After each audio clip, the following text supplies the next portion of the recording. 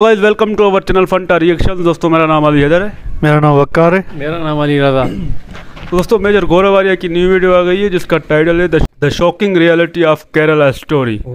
मतलब केरला स्टोरी जो बहुत सारी रिक्वेस्ट भी आ रही है कि भाई केरला स्टोरी पे ट्रेलर जो है वो आप देखो, उस पर रिएक्शन दो। तो यार उसके रिव्यूज़ जो हमने देखे हैं ना, तो शायद इस वजह से हमें अच्छा नहीं लग रहा था कि हम वो ट्रेलर देखें, क्योंकि बहुत सारे मुसलमान लोग बोल रहे थे कि ये इस्लाम को नीचा दिखा रहे हैं या फिर इस्लाम को गलत तरीके से पेश कर रहे हैं। तो इस वजह से हमने भी कहा भाई नहीं देखते, भाई मेजर साहब देखते हैं वो किस तरह एक्सप्लेन करते हैं इस केरला स्टोरी को। तो प्ले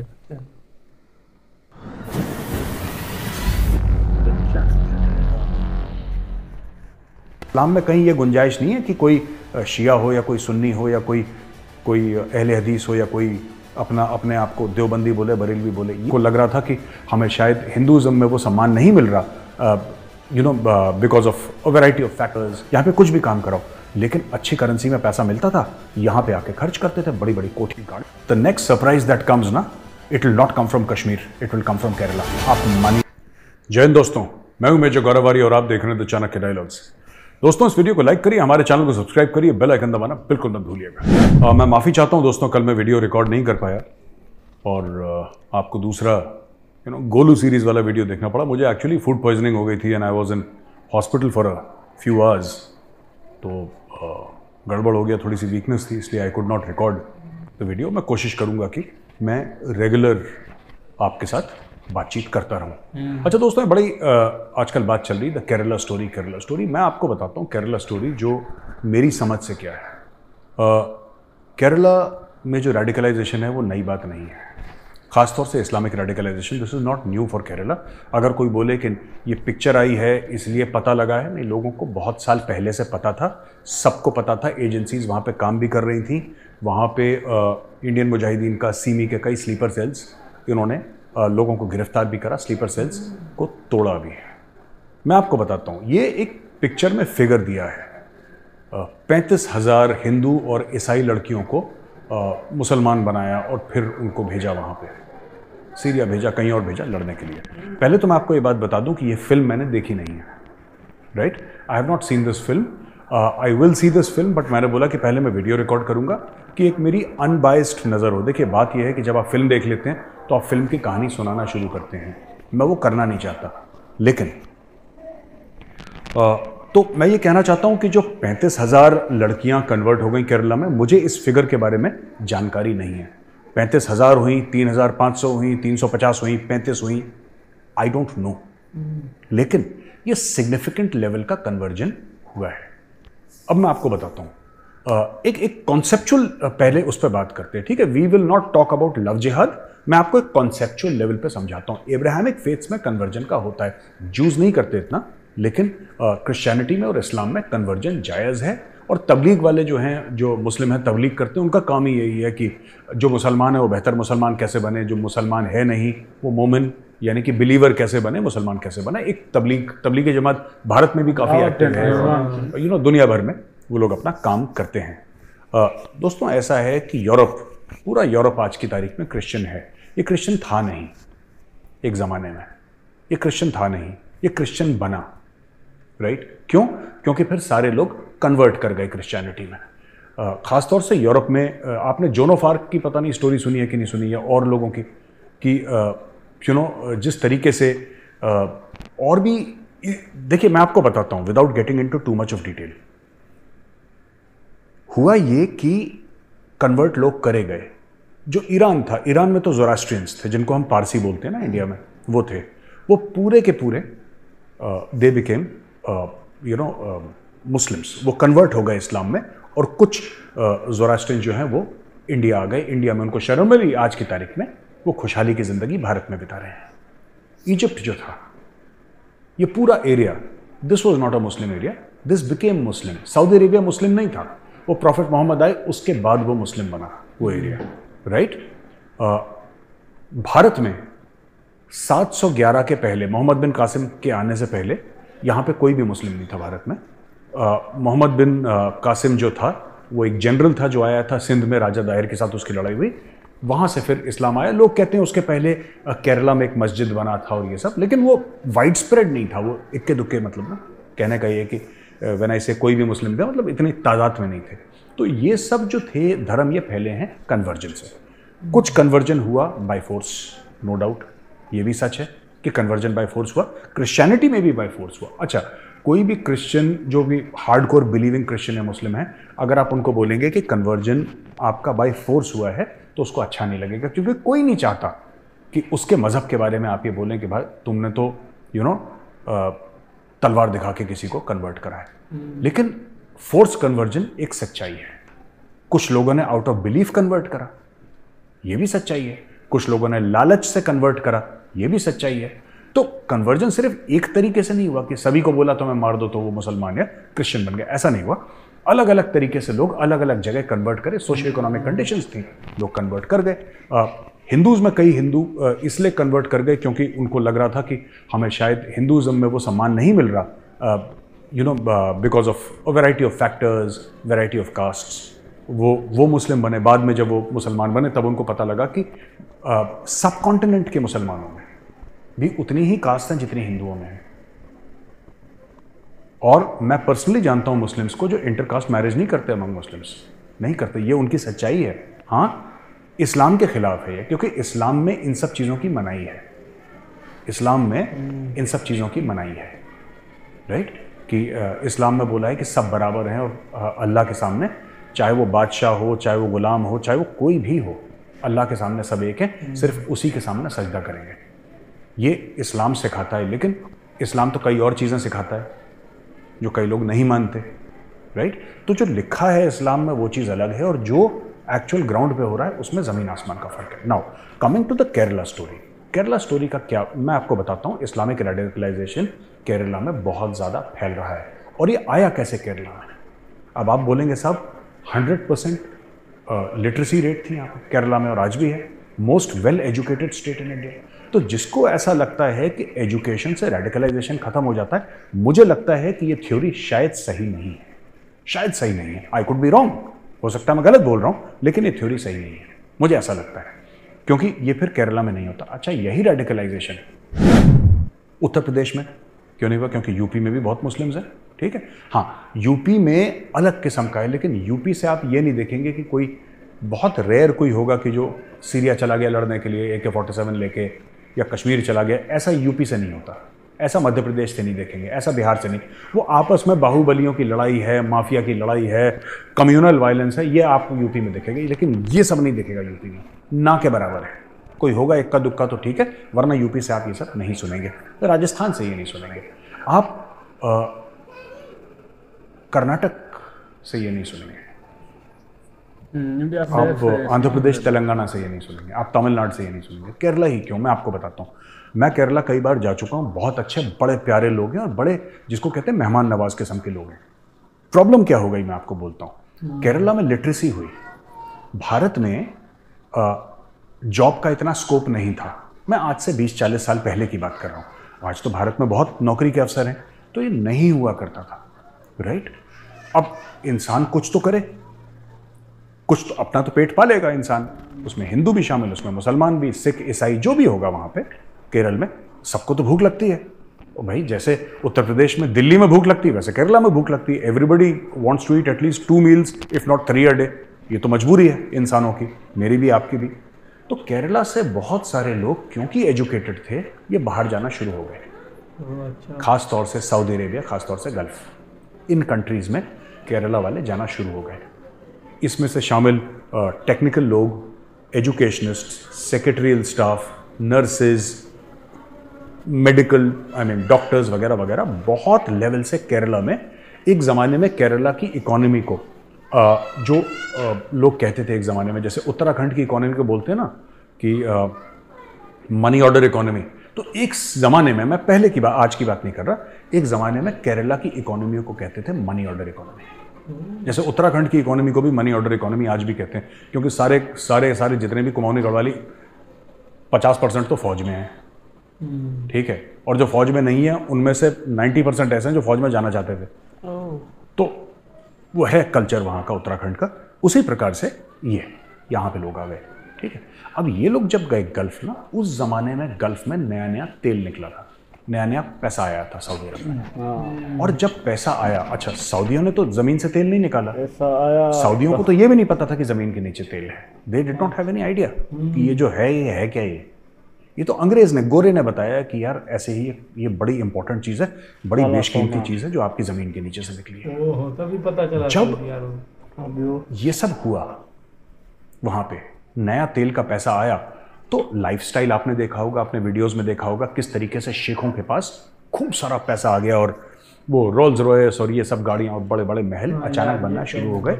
उन लोगों ने महल बनाने शुरू कर दिए जिनके बाप दादा झोपड़ियों में रहते थे और जिनके बाप दादाओं के पास, अगर किसी के पास घोड़ा होता था तो कहते बहुत अमीर आदमी है। भेड़ बकरियां चराने वाले, बेडोइन कहा जाता है इनको, ये जनरली बेडोइन्स थे अरब साइड में। ये सब ना तेल आने से पहले ये सब खाना बदोश थे, एक जगह से दूसरी जगह जाना और भेड़ बकरियां चराना, और एग्रीकल्चर ज़्यादा था नहीं क्योंकि रेती रेत वाला एरिया है, तो बहुत गरीब हुआ करते थे। अचानक रातों रात सोना उगलने लगी जमीन और इनकी किस्मतें बदल गई। तो कई सारी चीज़ें आई उसके साथ, और एक चीज़ आई प्रोपोगेशन ऑफ वहाबी इस्लाम। जो वहाबिज्म का प्रमोशन और प्रोपोगेशन आया, वो कैसे आया? एक सर्टन लाइफस्टाइल, बड़े बड़े मस्जिद बने वहां पे एयर कंडीशनड, ठीक है, बड़े बड़े मस्जिद एयर कंडीशन बने, एक लाइफस्टाइल हो गया लोगों का। टैक्स फ्री इनकम थी और लोग फिर काम करना, जो बड़े मेहनती लोग थे, अरब लोग जो बड़े मेहनती हुआ करते थे, लेकिन जो उनकी नई नस्ल थी, दे स्टॉप्ड वर्किंग, ठीक है, वो बन गया कफील, वो मेहनत नहीं करना चाहता था। और अभी भी एक कल्चर है वहाँ पे कि लोग बड़े अच्छे हैं, बड़े दे आर वेरी हॉस्पिटेबल, लेकिन वहाँ पे अभी भी एक कल्चर है कि जो वर्किंग क्लास है वहाँ पे, वो या तो इंडिया से जाएगी, पाकिस्तान से, बांग्लादेश से, मलेशिया से, इंडोनेशिया, फिलीपींस से, ऐसे कंट्रीज से वहाँ पे लोग जाके, क्योंकि वहाँ पे पैसा बहुत था। अच्छा, जो इंडियन मुस्लिम्स थे, और अगर आप हिस्ट्री देखें इस्लाम इन केरला की, आप देखेंगे there was a very benign form of Islam in Kerala. जिसको भी लगता है दोस्तों कि इस्लाम एक होमोजीनियस रिलीजन है, that's not true. It is intended to be homogeneous. इस्लाम का हर समय यह था कि वो होमोजीनियस बने, ठीक है। मुसलमान जो मंगोलिया में है, वो भी वही एक ज़िंदगी फॉलो करे जो एक पाकिस्तान का, भारत का, सऊदी अरब का या फिर बांग्लादेश का ये मुसलमान फॉलो करे। ये आइडिया वही था, लेकिन ये बन नहीं पाया क्योंकि कल्चरल ट्रेट्स आ गए, ठीक है ना, कल्चरल ट्रेट्स। आपको ये दिखेगा, और ये हर जगह होता है। This is a very human thing, मैं इसको गलत नहीं समझता, ये बड़ी ह्यूमन सी चीज़ है। तो जब खासतौर से केरला में क्यों हुआ ज़्यादा, क्योंकि ज़्यादा केरला वाले लोग, and they were introduced to Wahhabi इस्लाम।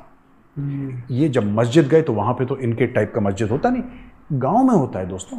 गांव में, मैं आपको बताता हूँ, मैं रामपुर जा रहा था, मैं अक्सर जाता था रामपुर में एक गांव है, ठीक है, मैं नाम नहीं लूँगा उस गांव का क्योंकि अच्छा नहीं लगता, और उस गांव की पूरी मुस्लिम पॉपुलेशन है, और उस गांव की ऐसी ज़्यादा कोई पॉपुलेशन नहीं है, ठीक है, छोटा गाँव है, रामपुर के बिल्कुल बाहर, है ना। मैं वहाँ पे, मैं एक कंपनी के लिए काम करता था जिसकी तकरीबन 100 एकड़ ज़मीन थी वहाँ पे। आई वॉज वेरी सरप्राइज्ड, वहाँ पे एक गांव के अंदर 2 मस्जिद हैं, एक तुर्कों का और एक पठानों का। जो तुर्क है वो अपने मस्जिद में जाएगा, पठान अपने मस्जिद, ये मैंने खुद देखा हुआ है अपनी आंखों से, इसलिए मैं बता रहा हूँ, तो किसी की कही सुनी बात नहीं बोल रहा मैं आपको। तो दोस्तों ये हुआ, जब ये गए ना वहाँ पे, तो they were influenced by Wahhabi Islam, which is a very radicalized form of Islam. वहाबी इस्लाम ओरिजिनल इस्लाम नहीं है जो प्रॉफिट मोहम्मद के समय का है। ये इन्होंने, सब ने अपने आइटरेशंस करे, सब ने अपने जो ट्रांसलेशन करे और अपने हिसाब से इस्लाम को बनाया। इस्लाम में कहीं ये गुंजाइश नहीं है कि कोई शिया हो या कोई सुन्नी हो या कोई अहले हदीस हो या कोई अपने आप को देवबंदी बोले, बरेलवी बोले। ये सब बाद में मौलवियों ने, मौलानाओं ने अपने अपने गेम बजाने शुरू करे, ठीक है। तो वहाँ पे these people were introduced to that Wahhabi Islam. फिर ये जब वापस आए तो एक रेडिकल माइंडसेट काफ़ी लोग लेकर आए, और एक और आइडिया था, ये मुझे कई लोगों ने बताया, बड़ी इंटरेस्टिंग चीज़ है। और अगर आप किताब पढ़ें ना, एमजे अकबर की किताब है, MJ Akbar has written a book called Shade of Swords. Shade of Swords अगर आप पढ़ेंगे तो आपको पता लगेगा कि माइंडसेट क्या था। कि देखिए, अल्लाह ने सऊदी अरब को बड़ी चीज़ों से, बड़े नियामतों से नवाजा है, तेल है, क्योंकि वो अच्छे मुसलमान हैं। तो अगर तुम अच्छे मुसलमान बनोगे तो तुम्हें भी ये बेनिफिट्स मिलेंगे।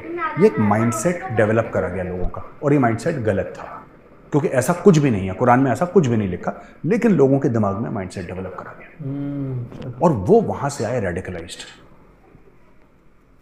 वो रेडिकलाइज्ड होकर वापस आए यहां पे, वही चीज लेकर आए। और एक जमाने में लोग आते थे, कोई यहां से आ रहा है, वहां से आ रहा है, टेलीविजन लेके, वॉशिंग मशीन लेके, कलर टेलीविजन ना, माइक्रोवेव। अब इंडिया में उस जमाने में तो था नहीं ये सब। ये सब तो 90s के बाद हुआ है भारत में। हमारे पास तो एक चैनल था दूरदर्शन, वो टू टू करके बजता था। यहाँ पे इंडिया ने देखा कि यार ये यहाँ पे लोग बड़ी बड़ी कोठियां बनने लगी केरला में, क्योंकि वहां पे जाते थे, चाहे वहां पे मजदूरी करता हो, वहां पे ड्राइवर लगाओ, यहाँ पे कुछ भी काम कराओ, लेकिन अच्छी करेंसी में पैसा मिलता था, यहाँ पे आके खर्च करते थे, बड़ी बड़ी कोठियां बना ली लोगों ने, गाड़ियां अपनी खरीद ली, बाइक्स खरीद ली, एक सर्टन लाइफस्टाइल, ठीक है, एक सर्टन लाइफस्टाइल यहाँ पे डेवलप हो गया। और वो जो वहाबी कीड़ा था, जो वहाबी इन्फेक्शन था, which has nothing to do with Islam, ये उनका खुद अपना एक आइटरेशन इन्होंने निकाला हुआ है, वो पॉइजन भारत में आया। आप कभी भी देखिएगा, आप जरा पता लगाइए कितने मस्जिद और कितने ऐसी चीजें हैं, राइट, मदरसे, जो कि सऊदी की फंडिंग से हैं। सऊदी को क्या मतलब है भारत में मस्जिद बनाने के लिए, आप बताइए, या कोई भी गल्फ कंट्री को क्या मतलब है? आप यहाँ पे अस्पताल बनाइए ना, अगर आपको इतना दिल आपका लगता है कि आपके मुसलमान भाई हैं, आप यहाँ पे बड़े बड़े कॉलेज बनाइए, यूनिवर्सिटीज बनाइए, पढ़ाइए। नहीं, हर समय जो वहां से पैसा आया, अब प्रिंस मोहम्मद बिन सलमान है ना, प्रिंस मोहम्मद बिन सलमान, उसने बंद कर दिया ये सब। उसको पता था कि क्या जहर फैला रहे हैं ये लोग, और सऊदी अरब को भी नुकसान हो रहा है। मोहम्मद बिन सलमान ने मना कर दिया, और उसने बोला कि अगर मुल्क चलेगा तो कुरान से चलेगा, ये हदीस वदीस को मैं नहीं मानता। उसने हदीस को भी कोने में लगा दिया। आप जाके पढ़िए तो आपको पता लगेगा। तो ये हुआ है। अब केरला स्टोरी की क्या स्टोरी, देखिए कन्वर्जन हुए हैं। अब मैं आपको 2-3-4 एग्जाम्पल देता हूँ मीडिया से, ठीक है, आप समझिएगा कि किस लेवल पे ये काम हो रहा है। तो दोस्तों, ये पहला जो आर्टिकल मैं आपको दिखाना चाहता हूँ, ये दिखाना चाहता हूँ, ये देखिए, this article is dated January 27, 2020, और ये इंडिया टुडे का आर्टिकल है। इंडिया टुडे का article, women used as sex objects in name of love जिहाद।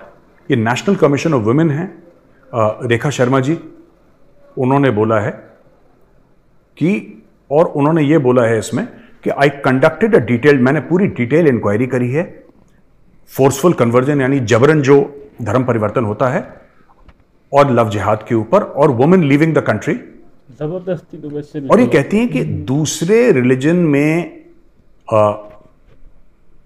शादी करना कोई प्रॉब्लम नहीं है, लेकिन जबरन शादी करना प्रॉब्लम है। इसमें जो दूसरी बात है कि हाँ, ये कहते हैं कि अगर हिंदू लड़की किसी मुस्लिम से शादी करे तो कोई प्रॉब्लम नहीं है, लेकिन जबरन नहीं होनी चाहिए। मेरा एक और सवाल है, अगर मुस्लिम लड़की हिंदू लड़के से शादी करे, या फिर ये भी मान लीजिए कि मुस्लिम लड़का ही है जो हिंदू लड़की से शादी करे, क्या उस लड़की या हिंदू लड़के को धर्म परिवर्तन करना जरूरी होगा कि नहीं होगा?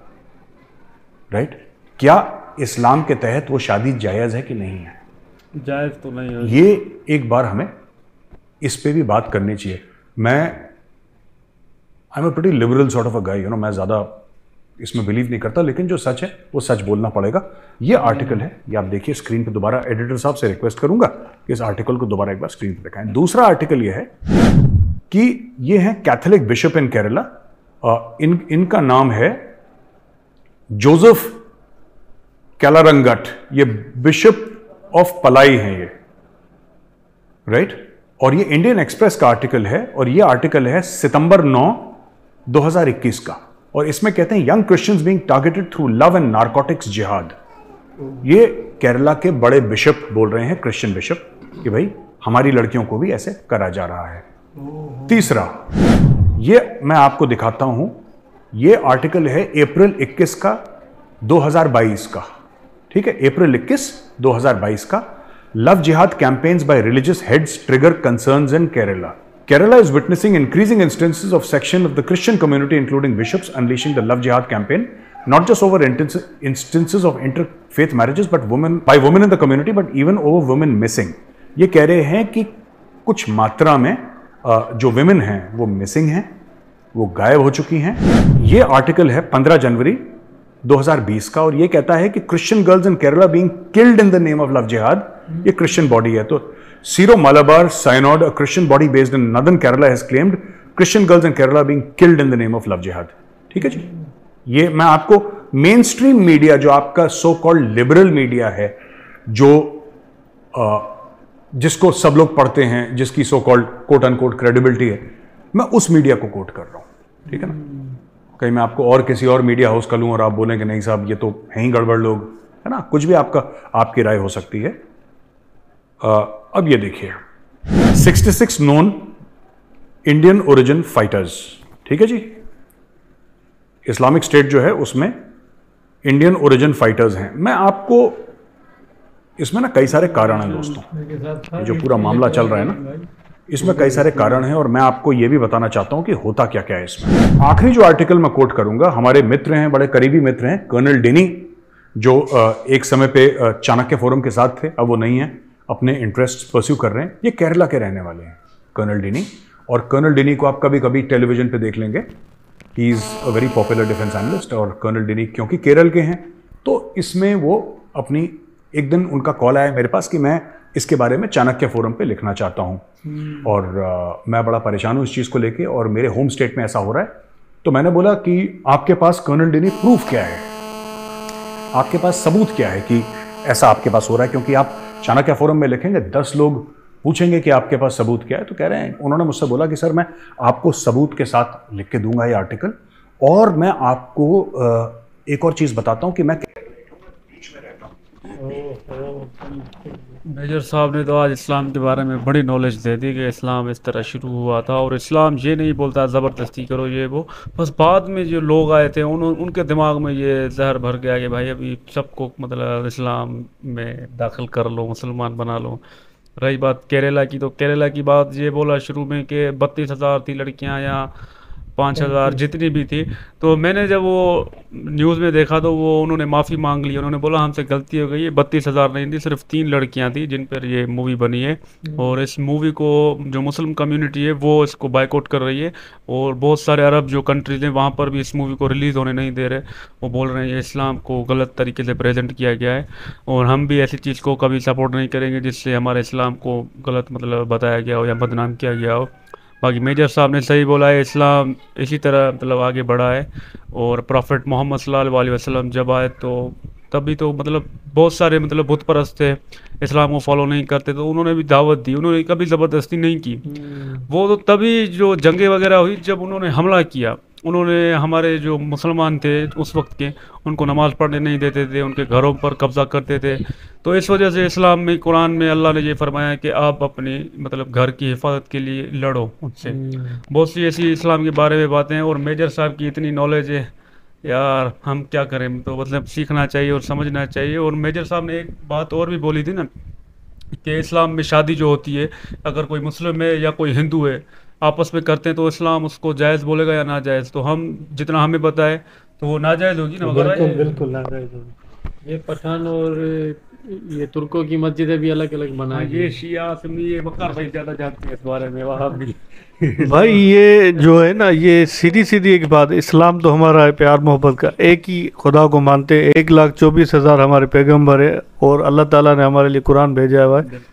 तो बाकी ये जो आ रहे हैं आजकल के वहाबी, देवबंदी, सुन्नी, बरेलवी, ये अपनी अपनी जो है ना दुकानें चमका रहे हैं। तो भाई आओ, आपको दावत देते हैं, कोई बोला मूछे गाड़ दो, कोई बोला ये करो, कोई ये बोला, ये हदीस में भी आ गया ना, फिरके बनेंगे भाई बनेंगे। तो हम तो किसी से, इस्लाम तो हमारा प्यार मोहब्बत का है, किसी से जोर ज़बरदस्ती नहीं करते, जो भी आना चाहता है तो खुशी से आए, ना आए तो भाई वो अपने सीधे रास्ते चले जाए। बाकी मेजर साहब की जो बातें सुनी बहुत अच्छी सुनी, तो इसने एक हिस्ट्री बता दी। तो किसी भी जो मजहब धर्म में है ना, वो किसी से भी जोर जबरदस्ती नहीं है। और अरब जो थे तेल मिला वो तो काला खजाना मिला, वो तो अरब हो गया। आजकल देखो वो गाड़ियों में घूम रहे, काम करते नहीं है। आज भी देखे ना वो कफील बने पड़े हुए, हमारे लोगों को, मजदूरों को काम पे बुलाते हैं। भाई वो हिंदुस्तान हो चाहे पाकिस्तान, बांग्लादेश, श्रीलंका, वो सारे मुसलमान जो भी है ना वो जाते हैं वहाँ पर काम करने के लिए। सही बात है, वकार भाई भी होकर आए हैं। भाई मैं तो होकर आया हूँ। बाकी अच्छे हैं अरब भाई। कुछ कुछ देखो ना, जैसे हमारे पाकिस्तान, हिंदुस्तान में भी अड़ियल होते हैं ना, वहां पर भी ऐसे ही अड़ियल है। मुझे तो यार इस पर गुस्सा आ गया सऊदी के वलीयत पर कि वो हदीसों पर नहीं चलते भाई, वो सीधा कुरान शरीफ पर चलते हैं भाई। हदीसों से भी हमारे पैगंबर ने बातें की है भाई, ये ऐसे कैसे आप बोल सकते हो भाई? कुरान शरीफ तो हमारे अल्लाह ने भेजा है, हदीस से तो हमारे नबी प्यारे सल्लल्लाहु अलैहि वसल्लम ने बातें बताई भाई। ऐसे नहीं है, वो यहूदी की साजिश है भाई, उस पर ये चल रहा है, लगता तो हमें ऐसा ही है भाई, ऐसा नहीं करना चाहिए भाई ये तो है ना, देखो ना हदीस को जो इनकार करेगा वो तो मुनकर ही है, काफिर हो जाएगा। वो तो सीधी सीधी बात है, वो भी जानता है वलीयत भी सऊदी का। हाँ अभी भाई, वो दुनिया की लालच में आ गया है ना, वो बोलता है अभी हम जो पहले काबे पर हम थे डिपेंड करते थे भाई, हज उम्रा हो, अभी वो बोलता है अभी सऊदी को अलग से हम गोल्डन काबा बनाएंगे हाँ जहाँ पर भाई, लोग आए अयाशी करें। सऊदी वेस्टर्न अभी कंट्री से भाई वो बहुत ज्यादा मुताबिक है। भाई अभी तो रियाद में पता नहीं वो क्या बना रहा है, कसिनो ये वो, सब ये चल तो रहा है। मना है ना ये इस्लाम, निशानी है ना, कयामत की निशानी वो है। तो हदीसों में तो आया हुआ है वो चीजें। WWE रेसलिंग भी करवा रहे हैं भाई, ये तो भाई क्या बात है। अगर वो जो पुराने जमाने के जो बादशाह होते हैं ना जिंदा वाले सऊदी अरब के, वो तो इसको वलीयत को ही गड़वा देते, तो ये क्या करवा रहे हो भाई? ये ये हमारा सीधी इस्लाम का गढ़ ही सऊदी है यार। वो बाकी देखो ना, कर रहे हैं। हिंदुस्तान में जितने भी रहते हैं, चाहे वो क्रिश्चियन हो, चाहे वो हिंदू हो, चाहे वो मुसलमान हो, आज भी देखो ना किसी से भी कोई जोर जबरदस्ती नहीं होती है, चाहे वो पाकिस्तान हो, नहीं होती है। ये बात है। बस भाई हम तो यही कहेंगे कि इस्लाम जो है ना अमन का जो पैगाम देता है, और इस्लाम कभी ज़बरदस्ती जोर ज़बरदस्ती में नहीं मानता। अगर कोई हिंदू लड़की भी होती है ना, अगर वो खुशी से आती है और मुसलमान लड़के से प्यार करती है, शादी करती है, तो उसको वेलकम करेंगे, और उसको शर्त होगी कि वो मुसलमान बन जाए। बाकी बड़े लोग हैं जो मतलब हिंदू से शादी करते हैं और बोलते हैं आप अपना रिलीजन संभालो, हम अपना, वो इस्लाम उस बात को नहीं मानता। इस्लाम में जब तक शादी होगी और दोनों मुसलमान होते हैं तो काम चल जाएगा। हमारा इस्लाम ऐसा स्ट्रिक्ट है, लेकिन हमें तो आखिरत की परवाह है ना भाई, ये दुनिया तो एक दिन जानी है। जब मौत वाला फरिश्ता आएगा ना, वो पूछेगा नहीं किसी से, तो भाई टाइम पूरा हो गया, आजा आजा भाई। तो इस दुनिया के लिए यार 30-40 साल जो ज़िंदगी, उसके लिए हम अपनी आखिरत को तबाह कर दें तो ऐसी भी नहीं है। हम अपने इस्लाम को हमेशा डिफेंड करेंगे, और हमें फ़ख्र है मुसलमान है। मेजर साहब की बातें बहुत इंटरेस्टिंग थी, उम्मीद करते हैं आपको भी अच्छी लगी होगी। तो प्लीज़ इसको लाइक, शेयर और सब्सक्राइब करें।